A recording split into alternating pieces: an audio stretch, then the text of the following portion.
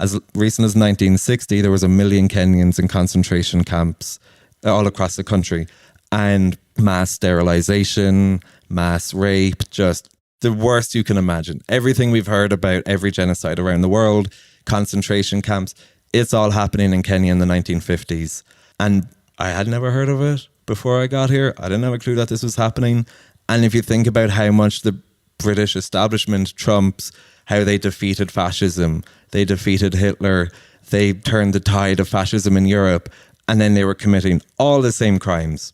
And that's actually what led to a lot of independence movements in Africa, is people who were conscripted, forced to fight in World War II, sent to Europe to fight for the British Empire, defeat fascism, go home to their homes, which are British colonies, and realize this is exactly what we were just giving up our lives to fight against. And then naturally they started to resist and fight back.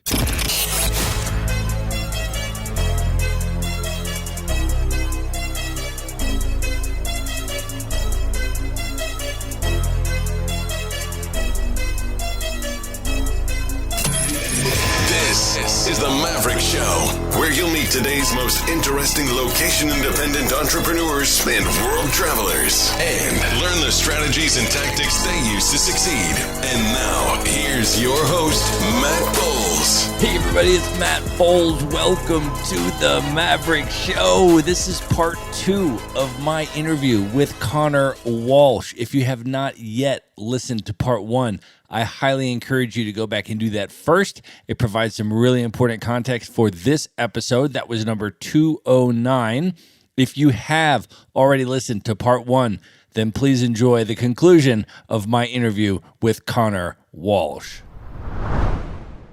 Well, another line of discussion that I want to pursue with you is circling back to our very initial conversation that you and I had in Bansko, Bulgaria, where we were sitting outside at a cafe. It was actually another Irish guy that was with us, and we were talking about Irish politics and Irish history, and we were talking about international solidarity between the Irish and other decolonial struggles around the world. And just for context for folks that are not familiar, Ireland was Britain's very first colony, and the northeastern 6 counties of Ireland today remain Britain's last colony. And there has been a decolonial struggle going on in Ireland for a really long time, and there has been incredible solidarity between the Irish that have been involved in that struggle and other decolonial and oppressed struggles around the world.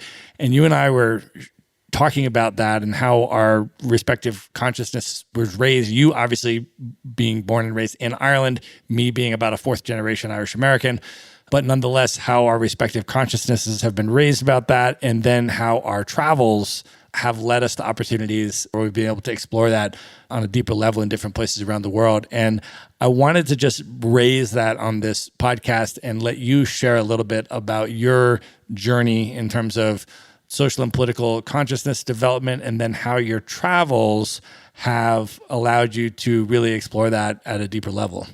Sure. So I would start to just say that a lot of this consciously only started in the last few years, but the seeds have been sown since I was a kid. So going back to what I was saying about the school I was in and how by Irish standards it was quite diverse. This isn't so much to do with the colonial side of things, but it's where the foundation maybe came from. My friends growing up were very diverse. They were a lot of kind of 2nd generation immigrant kids. So Bangladeshi, South African, Filipino, and then Irish parents as well. So I grew up around a lot of different cultures and just kind of been a bit normalized, but also seeing how they were perceived by the rest of Irish society and the challenges that they experienced just as a 5, 6, 7-year-old kid, and having to, I know it sounds really cliche, but like learning racism because I just wasn't aware. I mean, I could tell they were a bit different to me, but not to the extent that they were perceived. But then also growing up in Ireland, I know you've probably had a very different experience, but my experience of learning Irish history is that it is very isolated.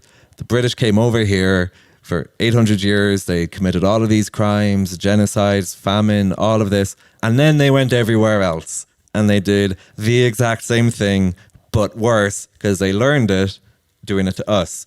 And then there's all of these anti-colonial struggles that take a huge inspiration from the Irish. And as recently as a couple of months ago, I'm still learning how widespread that is.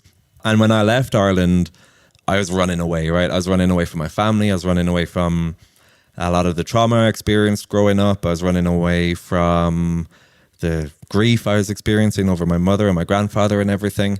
And part of that was kind of shedding my Irish identity and like really semi-consciously lost my accent. You know, I picked up a bit of an Aussie twang, a bit of an American twang. But from the earliest day, there was something happening that I just wasn't really appreciating. And it goes back to Burma. So I was in Burma in 2011. It's a very different time for the country. You know, a lot has happened, unfortunately, in the decade since. But at the time, Aung San Suu Kyi had just been released from house arrest, and there was definitely an air of optimism. And I'm 21 years old. I'm in this small mountain town having dinner in Burma. And this guy across the table from me goes, "Hello, how are you? What are you doing here? Where are you from?" I say, "Ireland." And he just face lights up, fist in the air, "Home rule!" A lot of people aren't going to know what that is, but the summary is it's a very important part of Ireland's long march towards independence and autonomy under British rule. I don't even really understand home rule. How does this Burmese guy know this, I feel, obscure part of Irish history? So after I leave, I go to a bookshop in Bangkok, I pick up a book on Burmese history, and I realize, okay, their entire struggle, not entirely, but a big part of it was inspired by the Irish fight for independence in the 1920s. Because as much as we were the first colony, other than the States, we were also the first colony in the 20th century to gain independence. At least part of the country was. So that's also a big part of it, and long before anybody else. So that was the first time that happened. But I have a variation of that story in so many different places, including in Kenya.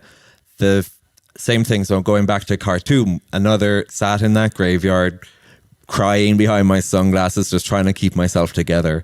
And this like old Sudanese man walks over with his cane. He's like, "Hello, where are you from?"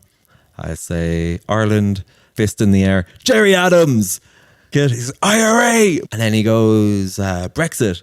I say, "No, Republic of Ireland." "Ah, home rule." And then he just walks off. And I've had that happen in so many different places. And what I started to realize over the years is that Ireland as a society and as a country and as a colony is part of a much bigger story than we were ever taught in school, at least in my school. We are part of a whole planet, essentially, of former British colonies. And it's only in the last few years that I've really started to come to terms with this. And one day I was sat there and I'm like, what are the countries that have had the biggest impact on me? Kenya, Sudan, Palestine, Malaysia. What do they all have in common? Oh, they're all to some extent former British colonies. I'm like, okay, so there's probably something to this I should explore. I try to read as much as I can about the regions I travel to because I think it's very important to understand the history, especially as a European coming to Africa, because there's just so much misconceptions and so much just inherent bias in how we're raised to view the continent. And you really have to break that down and break through it. And if you read about any anti-colonial struggle anywhere in the world, there's an Irish man going to pop up, or woman, I should say, sorry. And it's everywhere. And no matter how many books I read about some seemingly obscure anti-colonial movement, an Irish person will pop up. Even the most recent one, reading a book about Marcus Garvey, and there's a whole chapter in Marcus Garvey's life about solidarity with the Irish independence movement because of 1920s. So the timing makes sense. And I've just realized that as an Irish person, my Irish identity now is a lot more international. It's a lot more based on how we are perceived by other people in the world. How the solidarity that we're shown that I don't feel a lot of Irish people are even aware of, and even in my own actions I don't always reciprocate or live up to. But it is something that once you start to realize that it completely changes your perspective of the world and it changes your experiences in countries. Like I have some Irish friends here in Nairobi, and I didn't know anything about Kenyan history before I got here. I didn't know that there's still quote unquote white Kenyans, like white landowning class. You know, you hear about it in Zimbabwe, South Africa, other places, but I had no idea that it's still ongoing here, for example. And you talk to Irish people in Nairobi and they're like, obviously I don't understand everything. I kind of get it. Like I could kind of see it. I don't know what it is. And the way I've come to describe it, it's like we share the same abusive ex-boyfriend, right? He didn't quite treat you the same, but he treated you just as badly. And that abusive ex-boyfriend is the British Empire. And it's funny because my 33rd birthday this year, September 8th, the day the Queen of England died. And it was really interesting. I woke up the next day and I have like Kenyan friends texting me, what the fuck is going on Irish Twitter? What even is Irish Twitter? How am I just discovering this now? This shit is lit. Then you go on and I had to take the day off work. I'm not even on Twitter in general. I'm just sat there and just the memes and the solidarity that you're seeing. It was almost like a Marvel mashup movie where Irish Twitter is discovering Black Twitter, is discovering Kenyan Twitter, and then Indian Twitter, and then there's Maori Twitter. And all of these people, many of whom have never known about each other, are like sharing and collaborating and mixing. And it was the first time that I personally in my life and in the last decade or so, while I've been going on this particular journey, started to really see it happening in like mainstream Irish culture. So now I'm in Nairobi and my Kenyan friends are like, man, you guys have struggled. I had to go Google a few things because, wow, you had it really hard. And then I have Irish friends saying the same thing to me about, wow, there's like, now I get why you're in Kenya all the time. But you're starting to see, I think, and maybe you've seen a similar thing because you've been involved in this much longer than me, that these ideas are becoming a lot more mainstream, I think. And these barriers are starting to get broken down. And I think it's really beautiful, to be honest. And I'm really excited for the future in this sense. And can you share a little bit, just because we are in Kenya now and you spent so much time here, and I know you have been studying Kenyan history for the period that you've been here, just for folks that have no idea about any Kenyan history, can you share a little bit about the British colonial presence here, the Mau Mau rebellion, what the British did in response to that, and some of the things that the Kenyans have experienced under the British Empire as well? Sure. I will give a very simplified version. So Kenya was seen as one of the favorite colonies in the British Empire. It was the holiday colony. It wasn't like India where they were just draining all the resources and just stealing everything and starving 30 million people to death because they were stealing all of their food. It was the holiday destination. It was where you go to retire, and it was debaucherous. So there's this thing called the Happy Valley set, which is all the British colonists, and they're like flying drugs in from Afghanistan. They're going up into the mountains and just partying constantly. They're not here to do anything but just have the time of their lives at the expense of the local indigenous community. So what you have over the course of about 150 years, I think, is Britain's just slowly, incrementally taking over the region. And of course, you have the scramble for Africa at the end of the 1800s, where the lines are finally drawn and all of these countries are just invented out of thin air in a room in Berlin. And you have all of these English people flying in and building these great expansive estates in the best land, kicking everybody out. A lot of people will have heard of Out of Africa, Meryl Streep and Robert Redford, and it's all about Karen Blixen, the most famous British settler, and the wonderful life that she had in Africa and Kenya. But of course, at the same time, you have 42 officially recognized tribes and ethnic groups. That's how diverse this place is. I know some of that is actually also the Indian population, the white population, the Somali population, that kind of thing.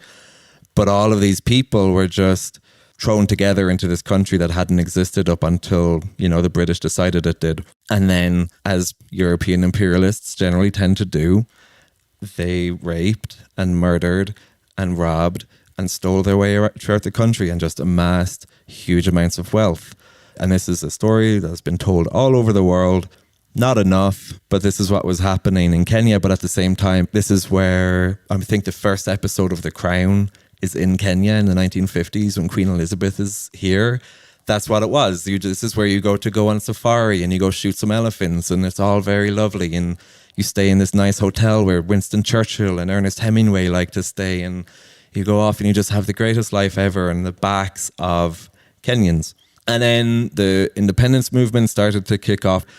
But the main group that was leading this uprising were the Kikuyu. And there's other groups were involved as well, but they were the most well established. It was an independence movement. It was in response to just the brutality of the British regime here. So we're talking 1950. A couple of British settlers get killed in their homes by rebels, by Mau Mau uprising. So the British state just goes into overdrive and announces a state of emergency, which leads to a system of concentration camps being built all over Kenya in the 1950s, right up to 1960. As recent as 1960, there was 1 million Kenyans in concentration camps all across the country.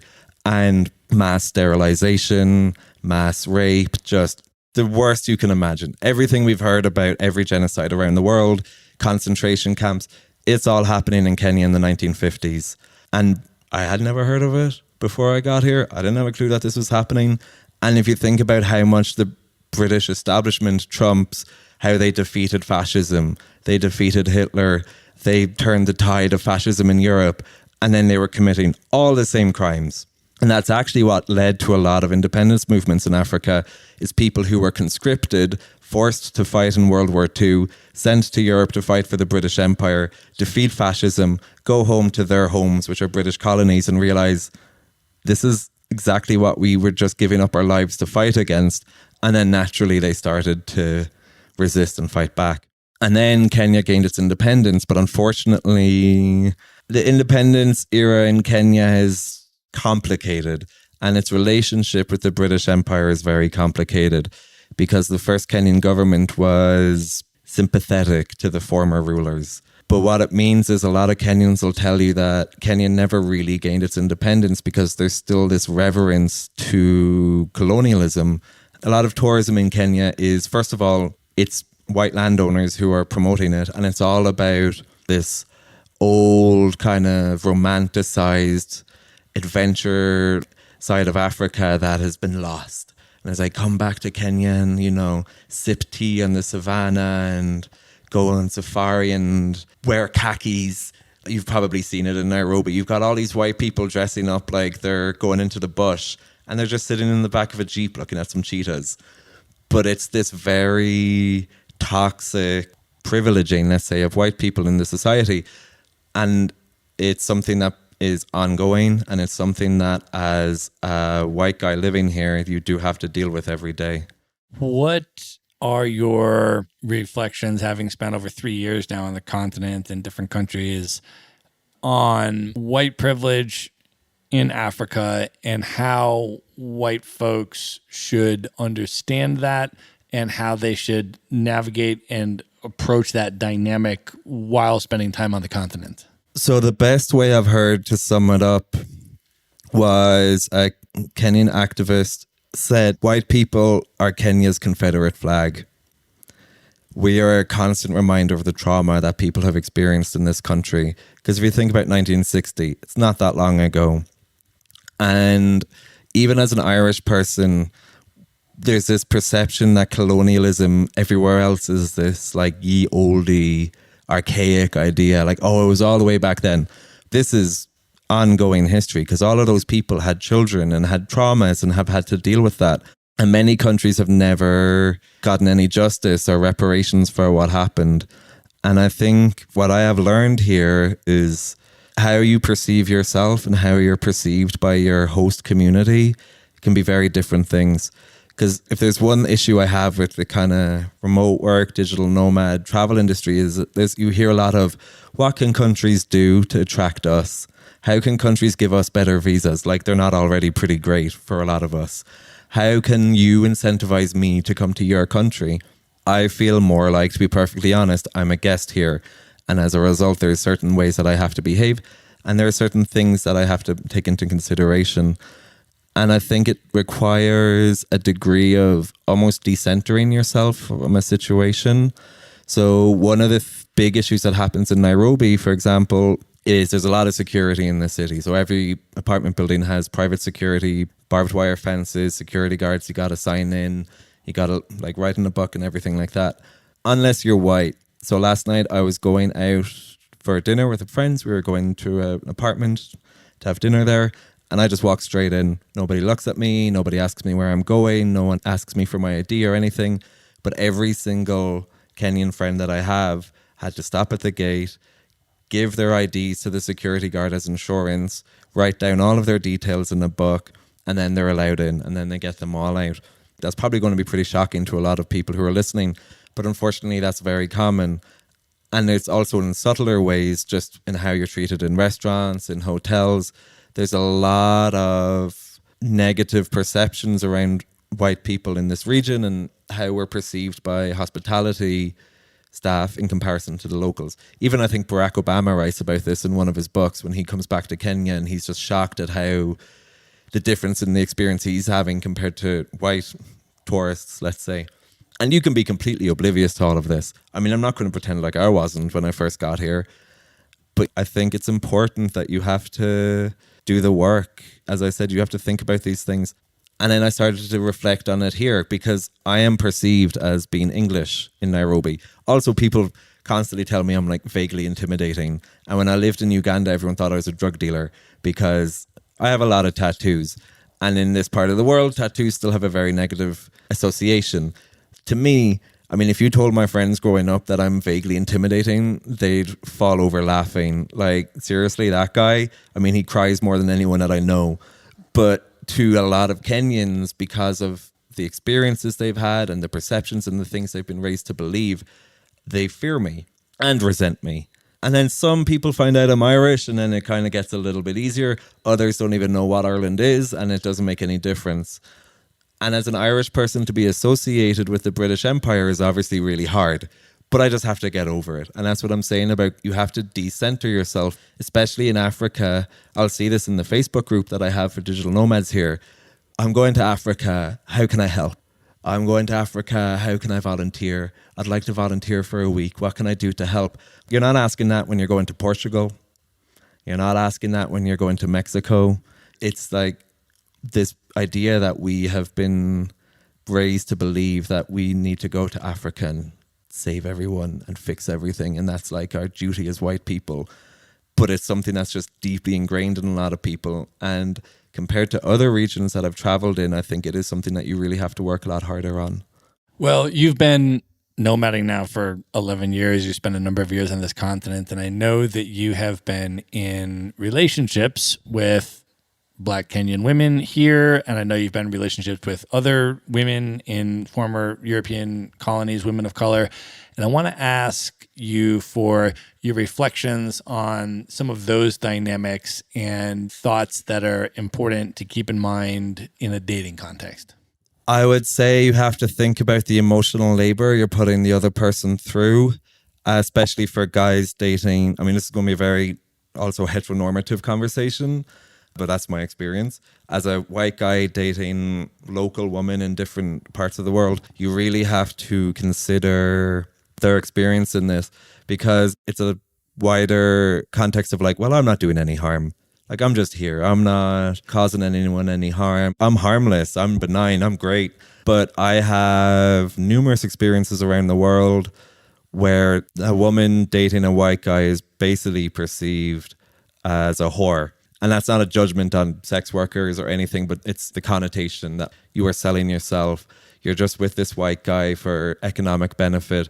You're selling out your people. How could you be with that person? Talking about decentering yourself. I haven't had these experiences. My former partners have. I've had guys trying to buy my girlfriend for the night when I was in Malaysia, my ex-girlfriend in Malaysia, and my ex-girlfriend here in Kenya. You know, it's like, I've dated very successful women, very independent women, very strong women. So the last thing that they want is to be perceived as a trophy to this white guy. I've dated women who are far more successful than me, but it's also friendships. I have a lot of female friends. I was raised by women. I was raised by very strong women, so I just end up in that environment a lot. And I suppose if I look back, I was probably getting a concept of microaggressions before I even knew what they were, in how the women I was in relationships with were being perceived by being with me. when you're walking down the street and someone is saying in Thai, like, how much? Which has happened. If you're in a nightclub and someone's coming up to you and like, how much is she for a night? Can you give me her when you're done? Whatever. I mean, this is deeply uncomfortable, but I've had to come to terms with how the women and also just friends that I have are perceived by the societies that we live in by the fact that they're just stood next to me and walking down the street with me. And I think you can be oblivious to that, especially if you're in a society where you don't speak the local language, because you don't know what's being said. It could be anything. And it's usually pretty horrific. But then, of course, you have to ask your partner what's been said to her. So you're just adding to the trauma because now she's got to explain. And this is a conversation I've honestly had with a lot of Kenyan women as well. The experiences that I've heard from them of dating white guys here. Also, again, guys who are just coming in and just are completely clueless about a lot of things. Just being completely oblivious to the lived experience of the person that you're dating. Again, going back to the perceptions of white guys here, that even in dating, there is a lot of toxicity. And you're kind of put on a pedestal. But you can take advantage of that, which a lot of people do, or you can make a conscious effort to say, okay, there's a lot of toxicity in this, and I'm not going to perpetuate it. Well, you mentioned the Digital Nomads in Africa Facebook group. Can you share a little bit about why you started that group and now it's grown to 2,000 people and what the group is all about? Sure. It was mostly just when I left Kenya and East Africa for the first time in 2018, I could just see that at some point this region was going to end up on people's radars. It already was, I just wasn't aware of it. But there's a lack of information. So I was on just general digital nomad grouping on Facebook, and someone was asking, how's your experience in Kenya or Africa, whatever. I just remember a comment was like, oh, if you're white, just remember, anywhere you go, you'll be a target. It's like, this is fucking crazy. So I decided, okay, if this is the narrative, yeah, it was one person and one comment, but you can see it. You can see just a lot of the misconceptions. And then I also just felt that, like, there's no reason people from this region can't also just fully embrace a remote lifestyle. Like, there's a narrative that Africans can't travel. But Kenya, as an example, I think they have visa-free travel in like 60 countries or something. Like, that's not a small number. So it was kind of two things. One was have a space where people could ask questions about nomading in Africa and actually have people from the countries they'd be visiting answer, rather than it's just a circle of white Europeans or whatever just all telling each other the same thing and it's all complete bullshit. And then also introducing, just showing my friends as well and my colleagues here that, like, it is actually possible to travel here, and there's also lots of places you can travel within the region. Like, you don't have to travel to Europe, you don't have to travel necessarily to Southeast Asia. Rwanda's pretty great, Uganda's amazing, Zanzibar's just down the road. So yeah, I just started it in 2018. But it's growing quickly. So I can see that East Africa is coming up. We were in Bansko Nomad Fest. I wasn't at the festival, but I was there for it. And 3 years ago, when I told people in Bulgaria that I live in Kenya and East Africa, like, oh, they have internet? Is it safe? I'm like, are there other digital nomads there? Why would you go somewhere where there's no other digital nomads? And then I'm back this summer and I swear 9 people out of 10 are like, yeah, Kenya, I'm going there this winter. I'm going kite surfing in Diani. Yeah, I'm going to Tanzania. I'm going to Zanzibar. I'm going to Mozambique. And I'm just thinking, okay, this place, it's finally on everyone's radar. It was going to happen eventually. So maybe, I don't know, if I ever actually put some effort into it, it's just one corner of the internet that I can kind of create a healthier narrative around traveling in the region and helping people experience it in a way that they don't perpetuate a lot of the problems I've kind of been talking about today. Yeah, that's awesome, man. I think it's super important. We are definitely going to link up the group in the show notes. I am a part of that group and have been posting in it since I've gotten here. So other folks can join in as well. And I'm super excited to try to connect with some of the other people in the group who are traveling around the continent and stuff like that. Some people have already responded to some of my posts and stuff like that, which has been really cool. So definitely appreciate you hosting that space. One of the other things I want to build on that you mentioned before as you were listing some of your experiences of learning about the Irish solidarity, you listed Palestine in your list of places that you went that made an impact on you. And I want to ask if you can share about that. That's certainly been one of the strongest affinities, I think, that I have observed over the last 20 years or so is the Irish-Palestine solidarity. Super, super powerful, both in Ireland and in Palestine and in the diaspora. But I'm wondering if you can share a little bit, because you did have context on those politics before you went, I know. What was your experience like when you finally got to spend time in Palestine? It was profound in many ways. The thing about a lot of the places I've been that will raise some eyebrows is they're often just a lot of fun. Sudan is just fun. You forget people lived in these places and they're living, and you go out, you eat out, you like people are hanging around, they're having parties. God forbid that you just go and you just have a good time. But the first thing you realize is that like, oh, this isn't necessarily a religious conflict. It's a land conflict in essence, right? For context, I was in Egypt at the time in Dahab, long before it was kind of coming up as a nomad spot.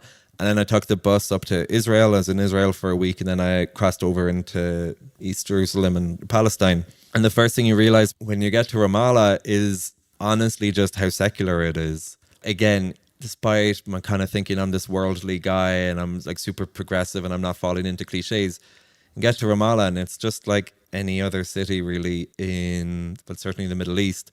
People are hanging out, they're going on dates, got great ice cream. I don't know if you've ever had the ice cream in Palestine. By your face, you know what I'm talking about, right? Right. Everyone's sleeping on Palestinian ice cream. It's fucking lit. And the food, of course, is incredible. The wine is incredible because I was still drinking semi-healthily back then. So you're just learning that like, wow, this city has, God forbid, it's just got this incredible culture. I would meet people and they're like, why are you here? I'm like, I'm just here on holiday. Whoa, okay, cool. Thanks for visiting our country. That's awesome. Have a great time. Because again, even their self-perception is like, no one ever just comes here to hang out. And because at the time, through a series of events, my bank basically locked me out of my bank account, so I had no money. I ended up staying in Ramallah for longer than I expected. And you see people who are just trying to live life. All they want to do is just live their life. That's it. So I was there for just the tail end of Ramadan, and the backpacker hostel I was staying in, there's this weekly protest in one town that's been slowly encroached upon by the nearest settler community. They have a weekly protest. They just keep it in people's memory. Just let everyone know that this is still happening. And it was on Eid. So we go out and, you know, there's this big protest. We're getting tear gassed by the IDF. And I'm like falling over a wall in a field, and all the Palestinians, hey man, get the fuck up. Like, what do you think you're doing? Because to them, this is just another Friday, right? I'm like, eyes burning. I've no idea what I'm doing. And they're just like, brah, come on. This is what you signed up for. Okay, sorry. So I get up and then we go back to Ramallah, and then it's this big party. And next thing I know, they've got the tear gas canisters that were being fired at us earlier that day, and we're doing shots out of them. We're like doing tequila shots out of these tear gas canisters because that's their way of just being like, fuck you, right? We're going to party. And then we end up in a rave in this office building. It's just like another Friday night in any city, right? But it's within the context of how you're experiencing it. And then the conversations you have, and you know, you're talking to Israelis as well.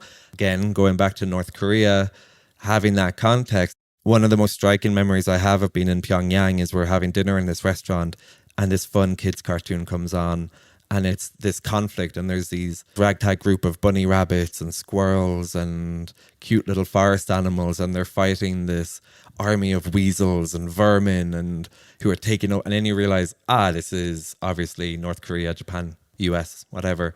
And this is a kids cartoon. And my tour guides are like, oh, I love this cartoon. I grew up watching it, because they only have one channel and one TV. And you're looking at this going, okay, no wonder you believe everything you believe about the outside world when this is what you're being raised on. And then you get to Israel and you see the exact same thing. You would talk to IDF guys as in Hebron, which is, a particularly challenging city to visit. And there's just so much tension. You're getting spat on, you're getting things thrown at you just because you're in the Palestinian quarter. And the settlers are, anyway. And we were talking to these IDF guys, and you're having a conversation, and they're just about to recognize the Palestinian people as just human, and then they pull back. And it's like they're nearly there, and then it clicks in. It's sad. If ever you wanted to talk about a part of the world that the narrative is just so completely wrong, I can't say it any more profound than that. It is really just Palestine, Israel, and everything that's going on there. I want to ask you about your travels in general now. When you think back on 11 plus years of world travel and all of these places that you've seen and the things that you've experienced and the people you've met and the reflections that you've had, how do you think that all of that has impacted you when you look at that journey? What does travel mean to you at this point in your life? I mean, it's my entire identity, man. I left Ireland when I was 21. I only realized now, like, I was a kid. I was completely fucked up. I was grieving. I was suicidal. I was an alcoholic, and then I left. And my entire adult identity is travel. There is no version of me that exists. I honestly don't think I would even be alive today if I hadn't left, because my life in Ireland was not particularly going anywhere positive. My entire perception of myself, my entire perception of the world, my place as a straight, white, able-bodied, neurotypical, cisgendered Irish guy is defined by the experiences I've had around the world. And I've been very lucky that places I've lived, I've generally been able to, in most places, get out of the kind of expat tourist bubble just enough so that I am challenged. And it's not always comfortable, but it has shaped who I am. The example I'll never forget is I'm in Malaysia and I'm talking to a Malaysian friend. I'm like, oh yeah, I was really poor when I was growing up. And then she looks at me like, were you though? Like, were you like Irish poor? Because you've told me your life story. I don't think you were that poor. Because, like, come on, look where we are. And I'm looking at her, I'm going like, yeah, okay. And in this, actually, also Kuala Lumpur. So at the time, I was in a relationship for about a year with a Black American woman from Texas. We could not have come from two completely different worlds. Like, she had come from this poor neighborhood in Houston, worked her way up to being an environmental lawyer in Washington, D.C. I'm just some bum in some fucking drunk kid in Southeast Asia, just completely lost. But hey, we made it work. We're still friends all these years later. I'm in a train station in Kuala Lumpur. I've got a few tattoos at this point. This woman looks at me and her son is looking at me, and then her son's maybe 5 years old, and she just pulls him in closer, like pulls him away from me out of like fear or something. And I'm talking to my girlfriend at the time. I text her. I'm like, fuck, I can never believe what happened. This is absolutely crazy. And she just texts me back, wow, you just experienced being Black for 30 seconds. I'm like, I'm just going to have to process that for the afternoon. So yeah, and I'm a better person for traveling. I know everyone probably says that, but genuinely, I got to Africa and I thought I had everything figured out. They're like, I know everything. Nothing can shock me. Nothing can surprise me. I've nothing new to learn. Oh, I grew up in a former colony. Oh, I've traveled in former colonies. Is Africa going to be any different? And I was a fucking idiot. Like, I knew nothing. You have to go out into the world with some degree of being uncomfortable and being challenged. And if you can try to leave as many as your perceptions as possible at the airport to whatever country you're getting into, then yeah, travel is going to have a pretty profound impact. Let me ask you one more question, and then we'll wrap this up and move into the lightning round. So in light of all of these observations and reflections that you've been doing, what tips do you have, let's just say primarily for privileged folks from dominant groups and high power countries and things like that, for people that want to be thoughtful, conscious, responsible travelers and spend time and immerse in places like Africa or Southeast Asia, former colonies where there's a lot of power disparities and things like that that go on today? What tips do you have on things that should be top of mind and ways that people should try to travel more thoughtfully and responsibly? First thing that springs to mind, maybe this is just me, but you got to read a lot of books. There's a whole genre of literature out there that is addressing this. Maybe not in the context of travel, but I do feel ever since that experience in Burma, I'm like, okay, I really need to understand the countries that I'm in. And the best way to do that is honestly through books. Now, unfortunately, a lot of African history is defined by white people writing about Africa. So you really got to do a little bit of digging. But past is context. You need to know the past of the place you're in.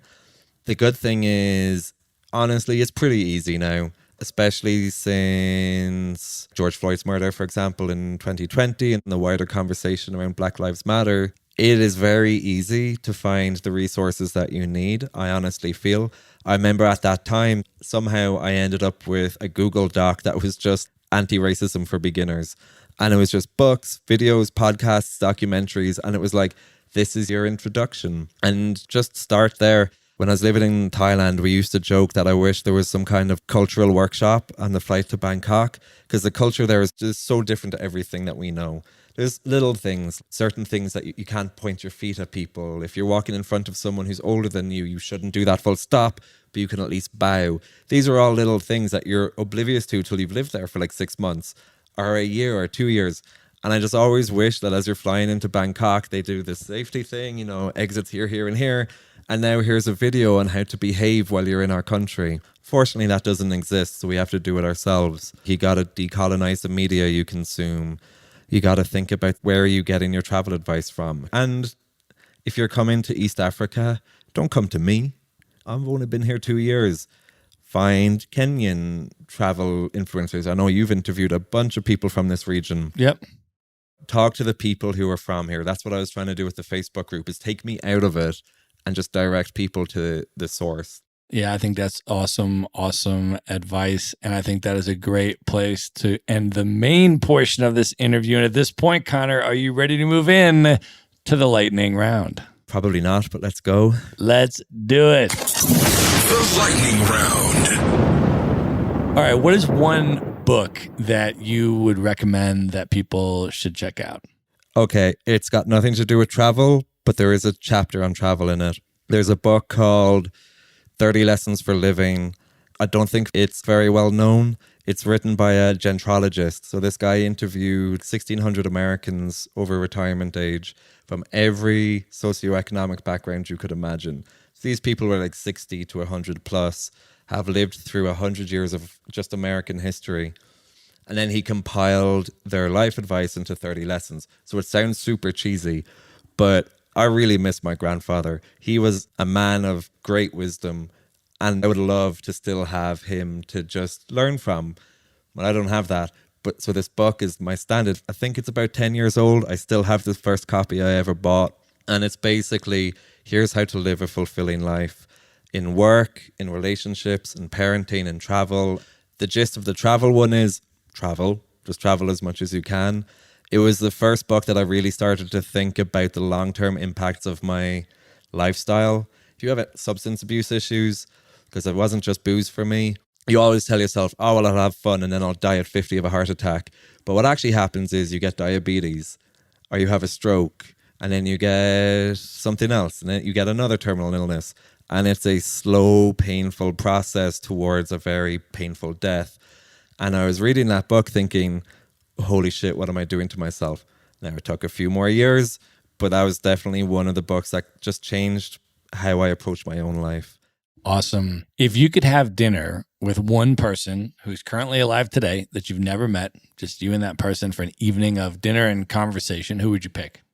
Do you know who Samantha Power is? Yes. Okay. Yeah, you would, of course. Have you read her memoir? I have not. Okay, you should. Irish American. For context, Samantha Power was an Irish American woman who worked as a journalist in, I think Bosnia was her first thing. Like, she was in Sarajevo during the siege. I've been to Sarajevo. I love Bosnia. Just also the beauty and the history and everything. So she started out as a conflict journalist, and then she was like a thorn in the side of the American administration for never doing enough during various genocides. She I think, won a Pulitzer for a book about just purely genocide and how the international community keeps letting it happen. And then Barack Obama got her to join his team when he was a senator. Then she becomes the US ambassador to the UN, and now she's the administrator of the USAID. So her whole journey is like, how do you go from a conflict constantly holding the administration to account to then being in the most bureaucratic institutions in the world? And I just find her a really inspiring person. I've listened to a lot of interviews, and it's really annoying because she was in Nairobi recently. So myself and Matt were eating in a restaurant recently here in Nairobi called Palette Cafe. It's a friend of mine that runs it, and he hires people with hearing disabilities, so hearing impaired. It's really powerful, trains them as serving staff, and it's a great place. It's really nice. Anyone coming to Nairobi, go to Palette Cafe.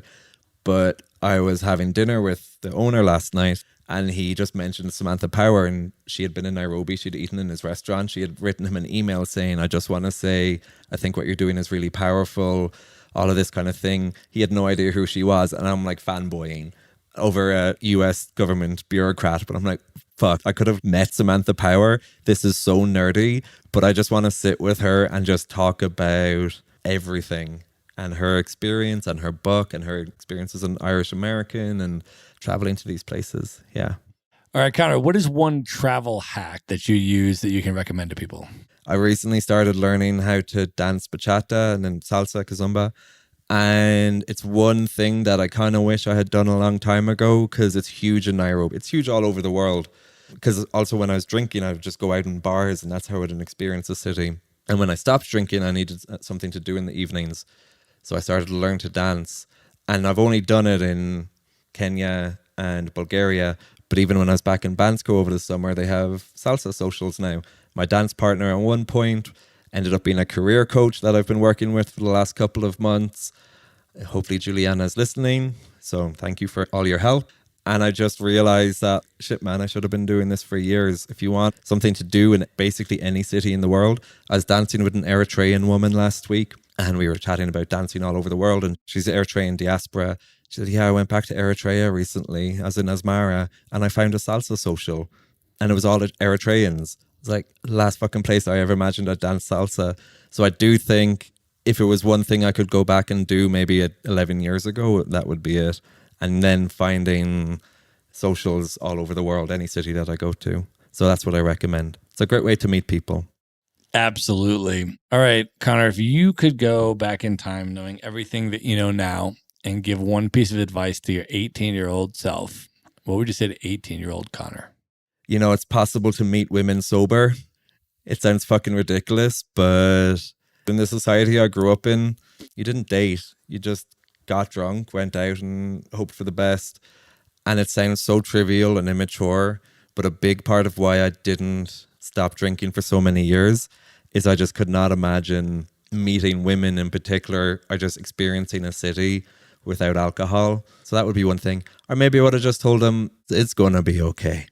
Awesome. All right. Of all the places that you have now traveled, what are your top 3 favorite travel destinations you would most recommend people should check out? Cliche answer, Thailand. I'm sorry. I love that place. I also think it does live up to the hype quite a bit. It's spectacularly beautiful. It's the food, the culture, whatever you're looking for, you're going to find it there. So that is one. And it's easy to travel in. Like, fuck it. It's a good place to go. I gotta say Sudan as well, honestly. I just think maybe not right now. If you want to talk about just a underrated destination, I think that's got to be one. And then Montenegro. Have you been? I have been very briefly, and I have only been to Kotor.